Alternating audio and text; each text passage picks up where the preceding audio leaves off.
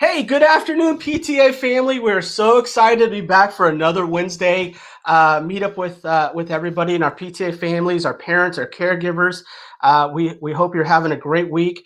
We hope you're finally maybe settling down in summer a little bit and having some time with your family and just getting out and just spending some quality time there with your family and friends. So we have a jam-packed night tonight. It's very exciting. We have another special guest, and she is going to give us so much information. I think that's very relevant, and she is the perfect person. And I'll introduce her in a few minutes. I want to kind of get everybody kind of anticipated what's going to happen, and also give everybody a chance to get on board here. So before we introduce her, again, I want to thank everybody for allowing us into your home tonight. We appreciate it. It's a privilege to be here. We do want to hit some exciting news today. The celebration of the signing of House Bill 641 for our teachers. We love our teachers so much. We have amazing teachers. They give so passionately from their heart, and the energy that they give and the time that they give for our students. I know many of them a lot of times are the mentors and the difference makers in many of our kids' lives. So thank you so much. You earn every penny and more of it. And as PTA volunteers, we still understand how much work you go through because we do it ourselves on the other end. And but you deserve it, and we're so happy. We're thankful because our kids are going to you for their education, and it's an important step in their life. So thank you, thank you, thank you. If I don't say thank you enough tonight, then I'm not doing my job. So we're excited for that. Leadership Conference. We still have Leadership Conference. It's still virtual. It's coming up in July. As you see, July 16th through the 19th. You can sign up and through July 6th. That's 6, not 1-6, but 6. So you need to sign up before then. The cost is $50. There's going to be plenty of classes and workshops. Yours truly will be teaching a workshop. So if you want to make me feel good and make my head bigger than it probably is already, I will be teaching on being your child's superhero. That'll be a fun class on how to engage your child both in school and outside school, and how you really are your child's superhero. So, but there'll be plenty of other great classes for you as well.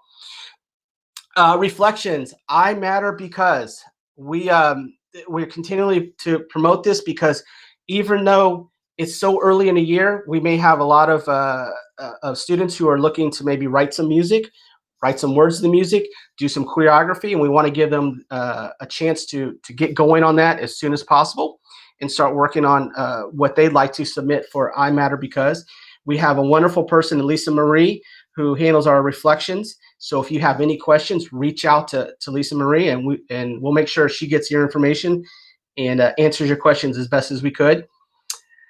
June 30th. June 30th is the big day for us, because June 30th is the last day to do general meetings by video. So if you've not had your general meetings, including your elections or your budget or all the above, that'll be your last chance to do that virtually.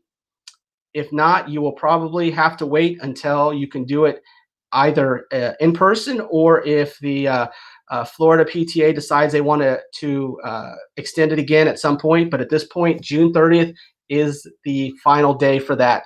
If you have not done your meeting and you need to do it and you're scrambling, you see my email there.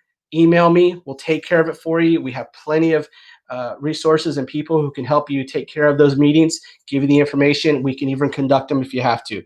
So don't feel like you have to do this all on your own and you have just a few days. Just reach out to us. We'll be more than happy to help you out. School of Excellence. Now, School of Excellence is going to play an even more special part tonight, because tonight we're going to talk to our special guest on diversity, equity, and inclusion. And this is a wonderful program to support diversity, equity, and inclusion, because it allows you to get out and to meet your community and to work with your community through your schools. So we encourage you to sign up for School of Excellence.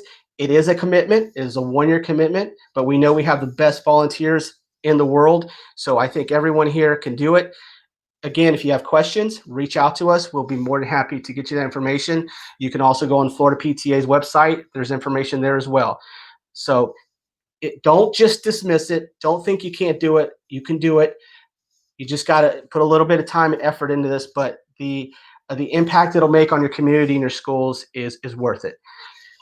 Upcoming Facebook Lives. Next week, we have, on July 1st, we have Janelle Smith. Now, you may not know Janelle Smith, but she is next to Amy Marie and the rest of the board. She is also on our VP of Areas and Regions. So she actually took my position this year. She is going to be talking about something we're rolling out this year that other counties have done, and that is region reps. Now, what we're doing with region reps is we are trying to place different representatives in different parts of the county that our PTAs can use as a first person to answer questions. It'll be somebody almost like an account representative, somebody who can answer your questions, can come down there and meet with your schools or go on virtual meetings with you, and just kind of, I don't want to say hold your hand, but hold your hand, when you have issues and questions that come up. That way you'll get a quicker response than having to roll through somebody else, maybe on the board, who may be dealing with other things. So you'll actually have a region rep, and we're going to be talking about that next week. That's exciting for us. I know some of the larger counties, especially in Florida, have already utilized this, and it makes a wonderful impact on their local PTAs. So next week, Janelle Smith. The following week, July 8th, we have our VP of Leadership, Valerie Licata, who is going to be talking about, and everybody wait for it, Member Hub. Member Hub is going to be on July 8th. Mark your calendars. Get ready. Get your questions. I've been to the Annisbrook meetings. I know there's 1,000 questions. I probably know 2 answers, but Valerie knows all the answers. And if she doesn't, she's studying right now to know all the answers. So please, Member Hub is on July 8th. She's going to encourage you. She's going to answer your questions. She's going to kind of give you the how to get started in there and just basically be a resource for you. So please join there. And then July 15th, we'll have Elizabeth Tanner and her group. She's a supervisor of emotional wellness for Hillsborough County Public Schools. She'll have her group. I believe she was part of the group that came out and did different schools last year when we did the mental health tour.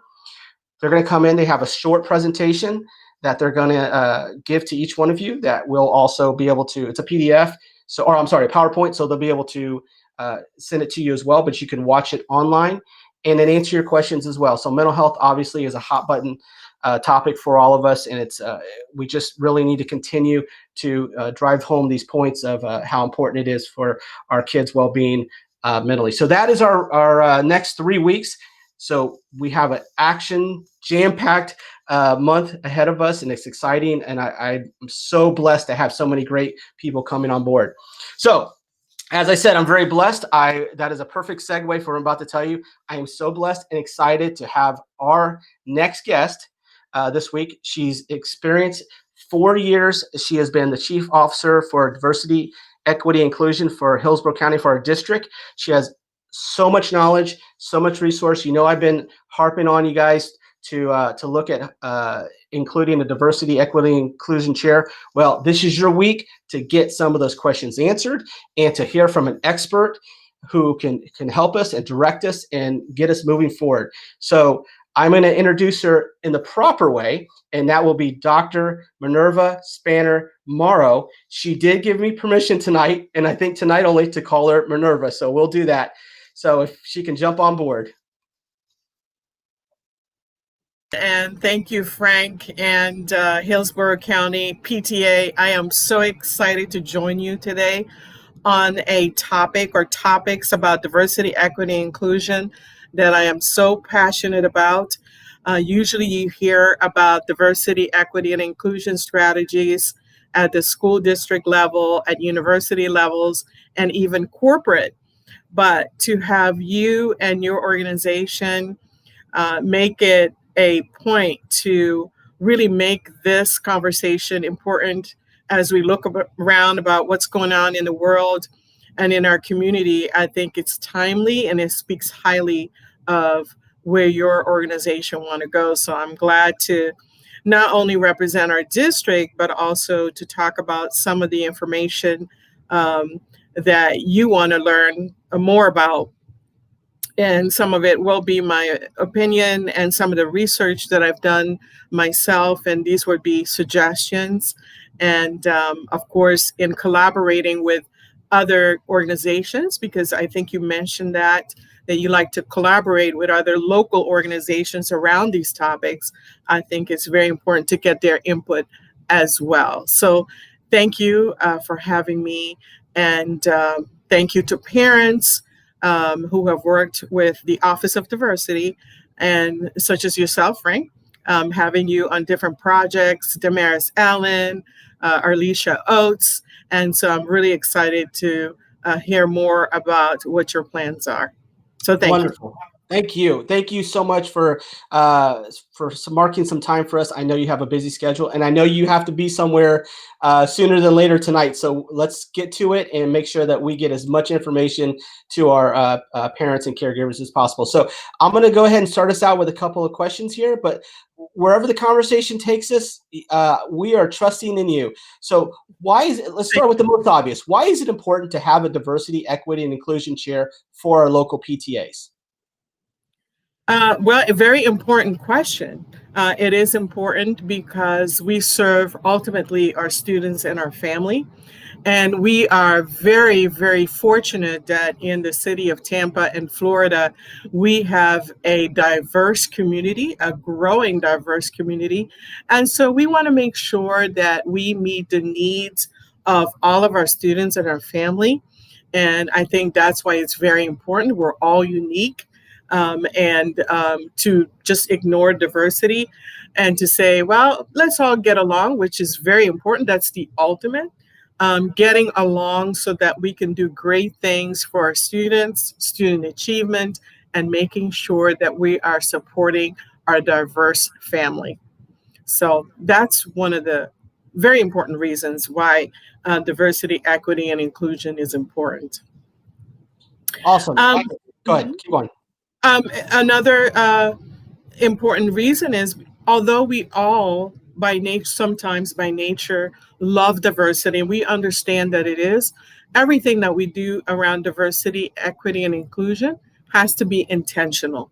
So the fact that you are deciding to choose a diversity officer on the PTA board and all the different committees, I think is a very, very important step.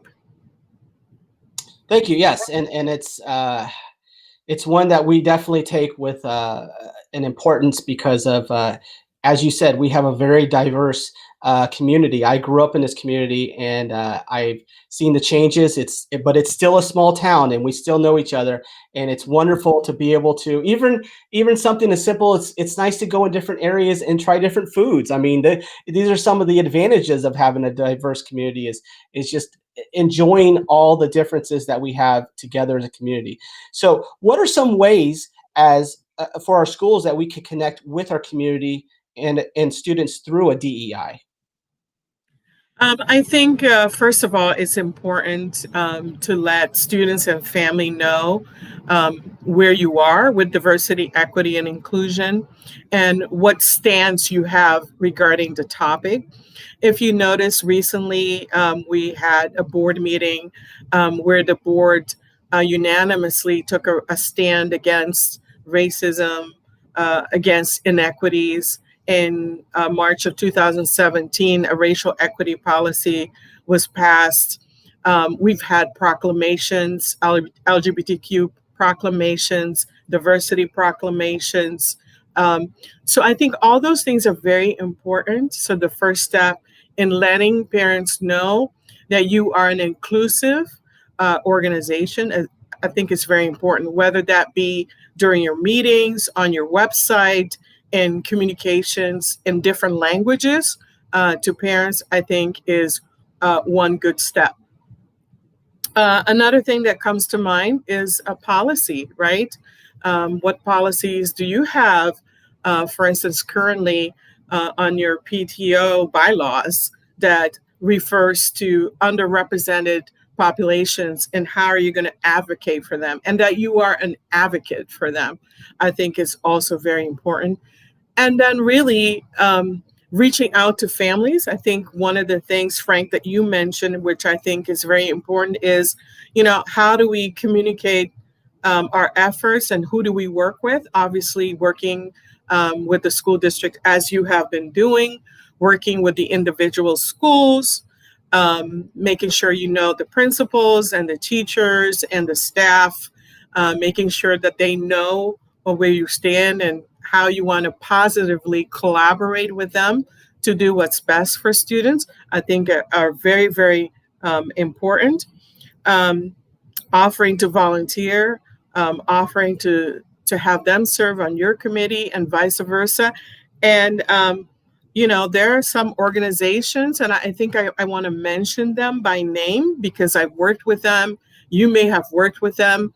I think it's very important to learn more about our community by working with the allies for our students that already exist. They have a lot of resources. Sometimes we feel like, oh my gosh, we're racking our brain. What do we do? Personally, obviously, I'm very familiar with the African American community and the Hispanic community, but sometimes we don't know as much about the Native American community or what the LGBT community has to offer. And sometimes all it takes is to reach out and say, I don't know much about the organization. We don't know how to reach your population. How can we work together to learn more about one another? Those are some of the few strategies I think that are very helpful, and I find that are very important in understanding each other's race, culture, and identities.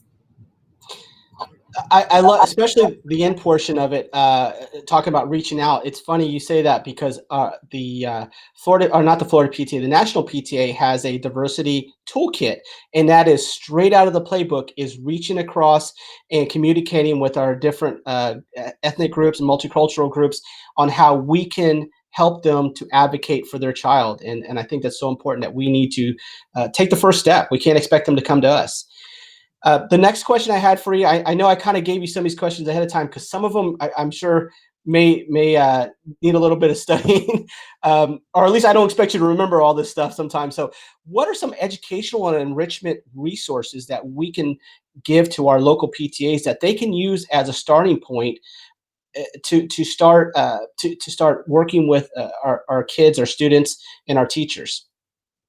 I think there's so many resources on diversity, equity, and inclusion, including books and scholarly literature. And I'm sure that some of your parents may not be interested in those. But you mentioned one of the important ones, which is the diversity toolkit on the National PTA website. I think it's wonderful that they have these great resources. And what I like most about it, and I'm going to reference to it because there are so many. I mean, they have key strategies to work with specific groups.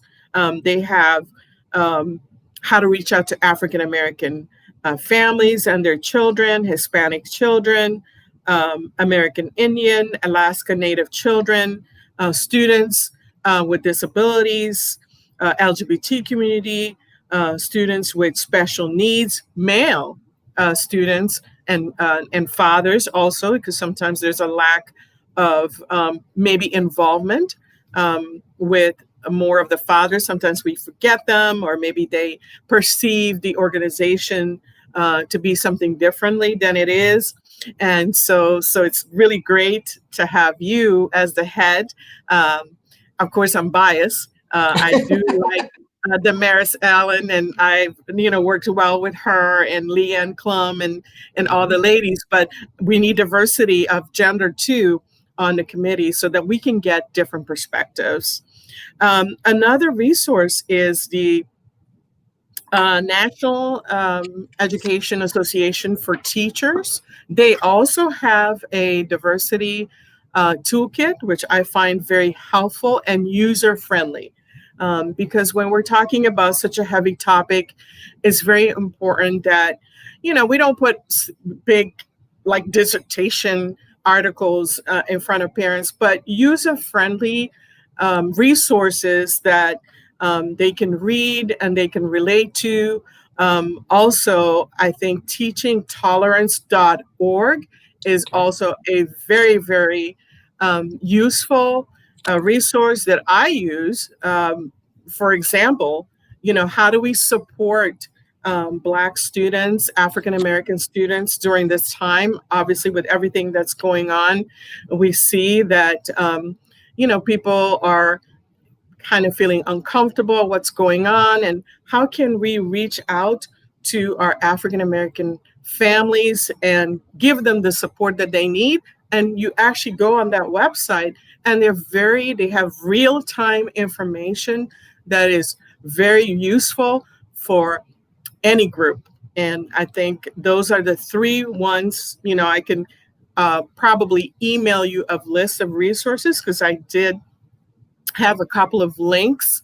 CDC is also a good resource for LGBTQ families and their children. So there are many, many resources out there. Having focus group, study groups with your organization, so you can kind of talk about, what does diversity mean? What does equity mean? What does inclusion mean? Because we all have our ideas of what it is, and coming together and say, well, if we are PTA, what do we mean? What are our goals? Where do we want to go? And more importantly, how can we support our families and our community? Wow, thank you. And actually, I'm gonna have to apologize. The last one you gave me, what was it called? I was trying to write these down. Teachers, or what was the third Uh, resource? the one was the National Education Association Diversity Toolkit.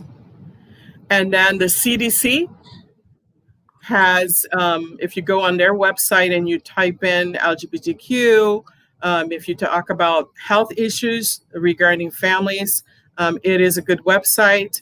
In fact, our district has a CDC grant, and Miss Ashley Capucci would be a good person, a point of reference for that. And also, I have a coordinator in my office. Her name is Lourdes Hernandez Gonzalez, and her background is social work. And I highly encourage, when we talk about PTA, we think about teachers and principals and parents, but social workers and other personnel in the schools are also very important to give the support and our great resources. And working with our local businesses, small businesses. I don't know if you realize that our district has over 150 small businesses that are registered with our district, so that they can do business with our district. And many of the owners of these small businesses are really fathers, mother, parents of our students, grandparents, that can offer support and be a resource to PTA as well on different levels. Wow, you know what? That was one I never even thought of. I'm so glad you offered that information up, because that's another huge resource, and it really it's a win-win for our PTAs, because we get a partner in it, and hopefully we can help each other out. They can help as a small business, and we can, if it's an establishment, that we can bring in customers, but in the same respect, they can help us by being a resource as well. So I encourage your last one. I encourage all of our PTAs to search for partners in the community, and that's just a wonderful way to, and especially to bring out community leaders like that as well.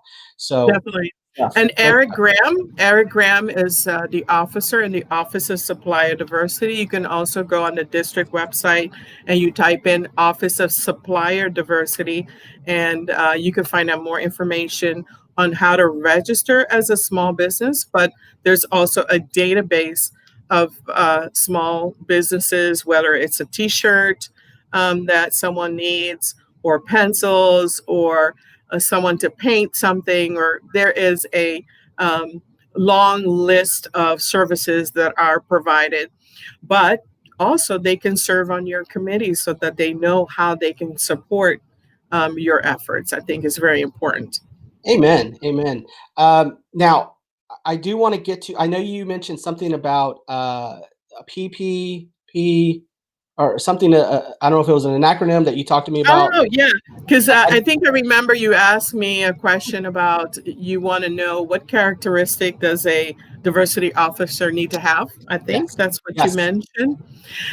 So you gave me homework. So I'm thinking, I can give all these complex explanation and titles, but I still have a little teacher in me, and wanted to mention the four, I would say, traits of a diversity officer. Are you trying to elect one, or what is the process for that so I You can know, have a better yeah, understanding? I think it's probably, if you ask me 3 questions on what we're gonna do, I'd probably tell you yes to all of them. What we're trying to do is encourage our local units to, uh, look for someone, who would be willing to step up in that role, and then obviously give them resources and information to get started and how that role should work. So really, it's kind of one of those all of the above type things. So why don't you just keep going? Because I think the information you're gonna give is gonna be very, very helpful.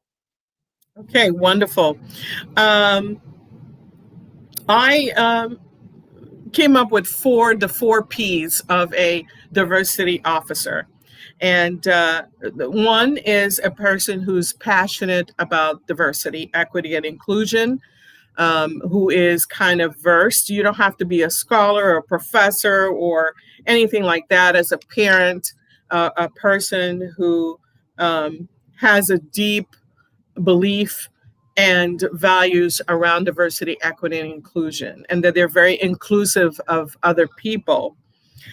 Someone who is personable and is able to talk comfortably, relate with different people. I saw a comment in one of the chats that are going on right now. We need people that are not intimidated to talk to certain people. We all have our biases. That's normal, but we have to be comfortable talking about what's going on right now in the community with, for example, African American community and students and their families, and to listen for understanding. We have to listen to the LGBT community that feel that sometimes their children are being bullied and not accepted. So you want to have a person who is not one dimensional. They're only going to have one cause sitting on your committee. They need to be the voice of those different populations that don't have a voice, and be comfortable working with all of them. Um, Obviously, I like working with different groups and community. I feel very comfortable about it. There are some communities I don't know much about, but even so, I would approach them and say, I don't know much about the Native American community other than what I read in books or maybe a friend or two. But can you teach me a little bit more about your culture? So, someone who's really well rounded. So the first one is to be passionate, the second one to be personable, and the other one is to be prepared. Someone who is organized, who understands what they want to do, what are the needs of the different schools or the school that they are representing, being able to anticipate some of the problems, or where, and very in tune with what's going on in the community and the needs. And so very well prepared on what the next steps will be, and be able to guide the committee in their plans for the future, and your plans for the future. And then the last P is purposeful. So everyone likes to talk about diversity. This is the I wouldn't say the new thing. It's the urgent topic that many people in underrepresented community find that it should have always been an important topic. But now more than ever, people are, okay, what can we do? We see businesses in the community, we see school boards, we see other people in the community. Either they're donating money towards causes of diversity, equity, and inclusion, but those intentions are great, but they need to be purposeful. So having a plan of action, I'm hearing that you're very excited, you have a board. What would you like to accomplish in the next year? And how are you going to accomplish it? Who are you going to target, as in what problems are you going to tackle? Is it poverty? Is it training? Is it cultural events? Is it a problem solving issue? Are you going to join with the school in tackling discipline or diversity work? What are we going to be doing in the next year and in the years to come? I think are, very important information and characteristics of a diversity officer for a PTA. So being passionate, being personable, being prepared, and being purposeful, I think are very important characteristics. All right. Well, I'm telling you right now, I'm stealing that from you. So Okay, you may. thank you, because that, for even me, that's simple enough to remember just 4 P's, so I can do this. Yes. And with a disclaimer, and also coming together as a team, as your officers, and having discussions about what would we like in addition to these P's. These are just guidelines. What are other things that we feel that are important in a diversity officer? And I just want to say that the diversity, equity, and inclusion initiatives should not only be on the shoulder of one person. So the entire organization, the board members, need to have buy-in and support that role, so that it doesn't become, oh, this is your job. Obviously it is, but giving support, because these are, as rewarding as this job is also very sensitive. And because you have to have a person who's also very assertive, being very personable, but also have an equity lens to say, wait a minute, I don't think we're serving this community the way we should. Or have we thought about what we can do to help our students? So those are some ideas. Those are not just some ideas; those are some wonderful ideas, and I think we have those skills. PTA volunteers have those skills because obviously, being volunteers, if we're out here spending our time and our energy, we're going to have, as you said, the passion to do this. We're hopeful on the being personal, prepared, and purposeful. I say those because I want them to kind of resonate with all of our listeners today. Those are wonderful things, and we will post those as well.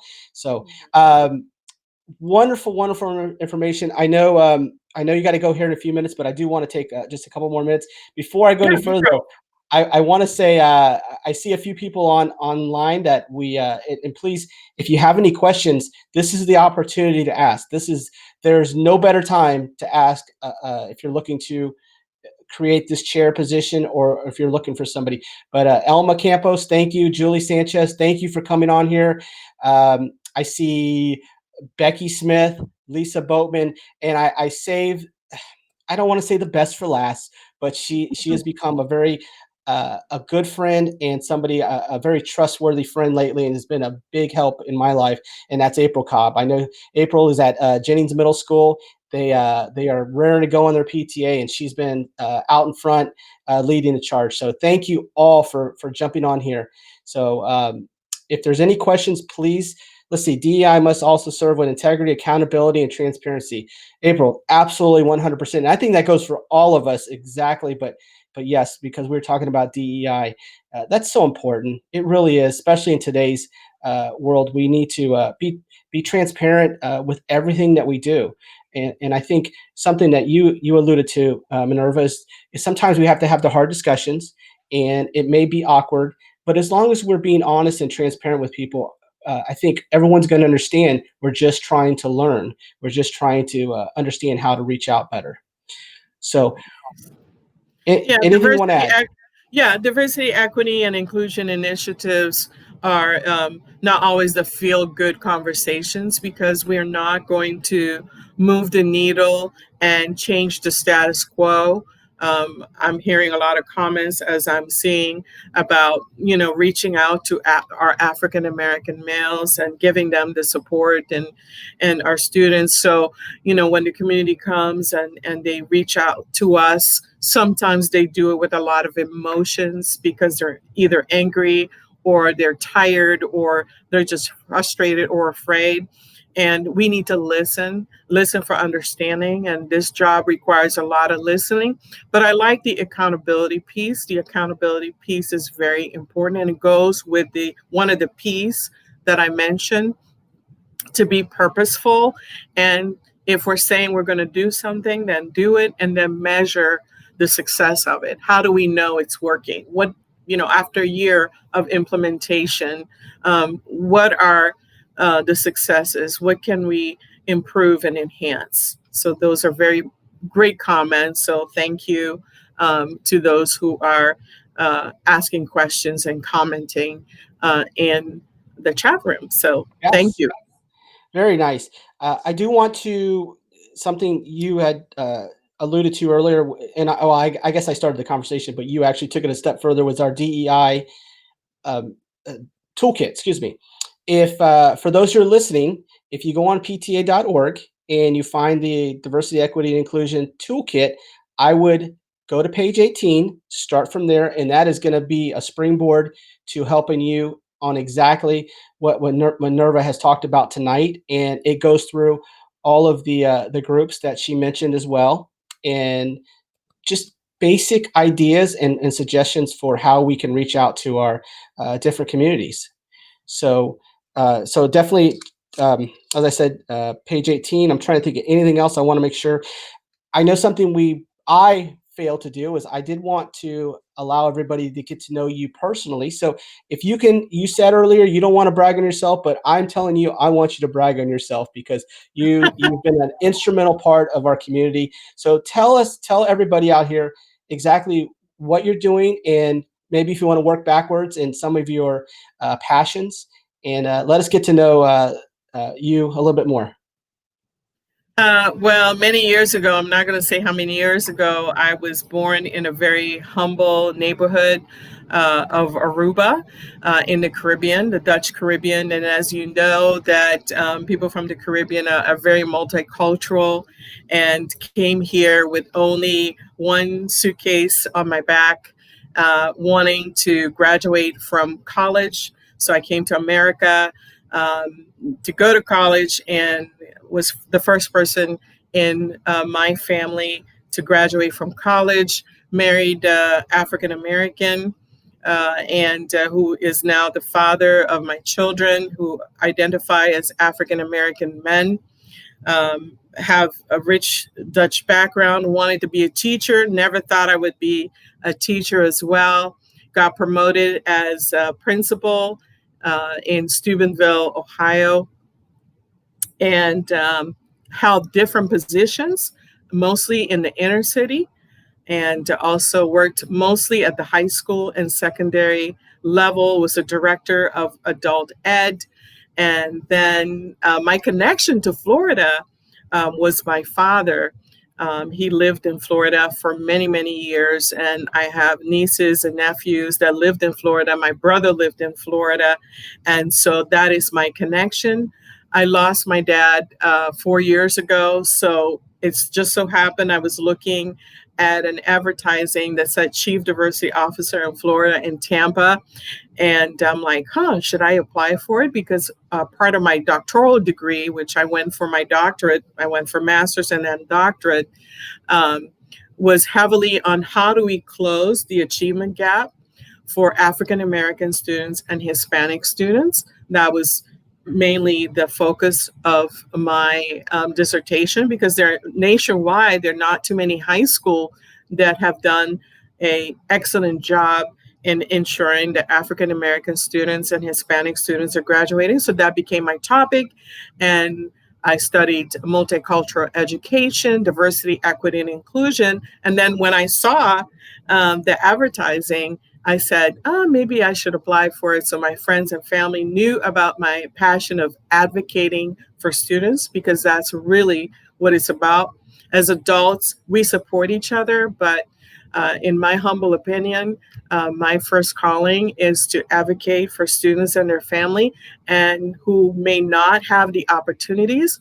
I didn't have the opportunity, but it's because of my mom, and also my teachers, my professors who inspired me to look beyond my environment and not hold my race and my environment against me. And now I can stand before you and be part of the seventh largest district in the nation. And so I'm very, very thankful for my colleagues, the board, who is very supportive of diversity, equity, and inclusion initiatives, and for even Mr. Akins for giving me the opportunity, and now Mr. Addison Davis, who will continue the diversity, equity, and inclusion efforts. Those are all exciting opportunities for our families, and we're not there yet, right? We're not there yet, but I think if we work collaboratively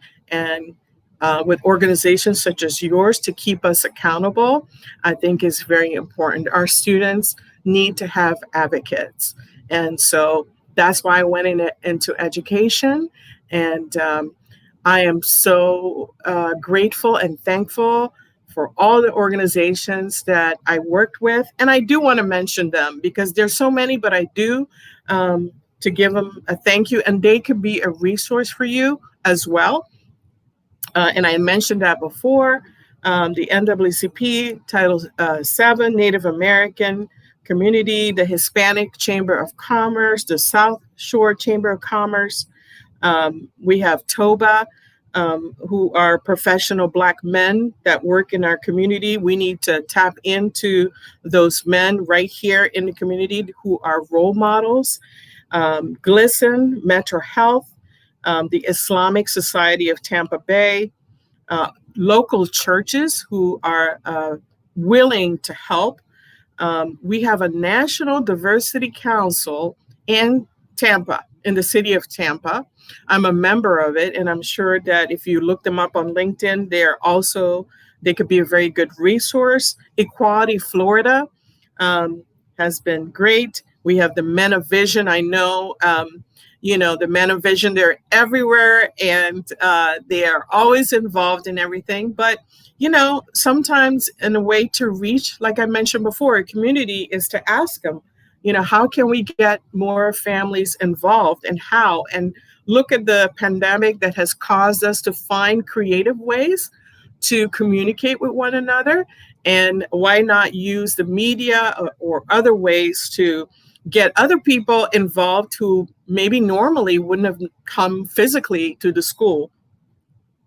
And then you also have HAPSI, which is a teacher organization, African American teacher organization. And then you have the Caribbean Cultural Association. As we know, we do also have a growing Caribbean population in the city of Tampa. And of course, I'm showing my bias because I have that Caribbean background. Mm-hmm. And to be honest with you, I wish I worked more with them. But we also have to remember there's a large Haitian community in Tampa. And so when we're reaching out to our families, making sure we're inclusive, also in different languages, Spanish, Creole, Chinese, Arabic. I think those are very important ways of communication with our families and our parents. Wow, that is awesome. I'm going to have to go back and write all these down later because we would definitely want to share all of these groups and resources for our community, because you've given us such a wide variety that can kind of tap into different groups in Tampa, not just one or two, but my goodness, you probably hit 5 or 6 or 7, and that's wonderful. And this is a short list. This is a short list. And because I'm sure that, we may forget other people. I mean, there's the Jewish community as well. And so there are so many people that we should all be able to, my suggestion would be to have representatives of these different groups in the same room sometimes with protocols and norms to talk about how can we unite to be allies for one another. I think that's very important as well. Amen. And I mean that. Amen. Because it's just such good positive information that's being given out. And I think that's so important for us.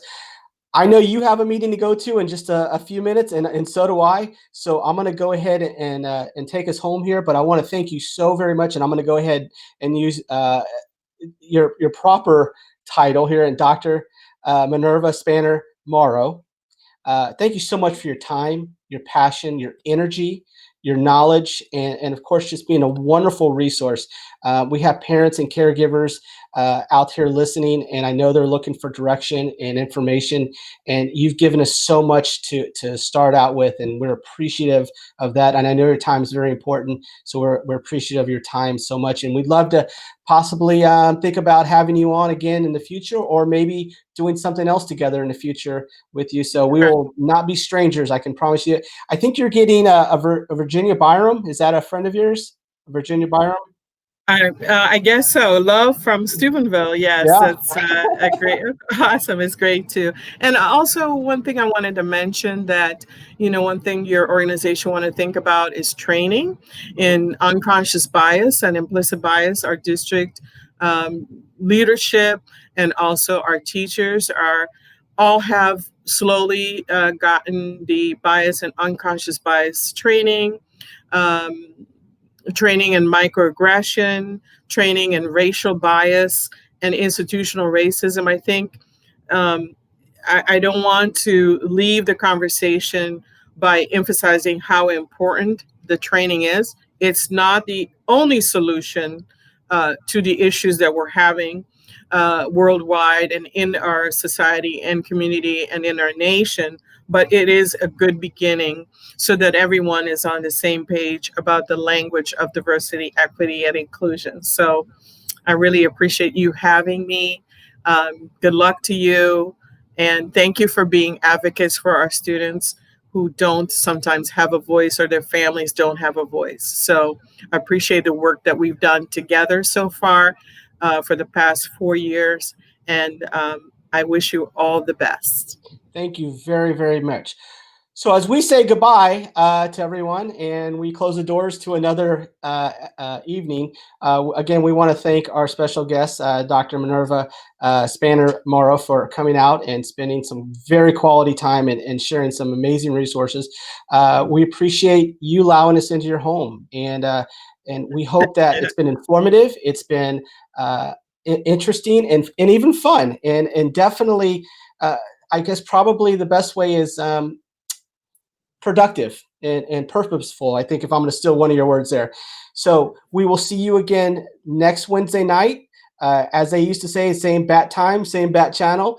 And please reach out to us if you have any questions that go along with this evening's information. You see my email at the bottom scrolling, probably for the 500th time. Reach out to us, and we will make sure that we put you in the right direction at the very least. Again, thank you so much. We will see. And I'm sorry, I want to go ahead and say hi to Angie and Niana. If I said that right, if I didn't, I am so sorry. So again, thank you all for coming out tonight, and we will see you again next Wednesday. Thank you so much, everyone.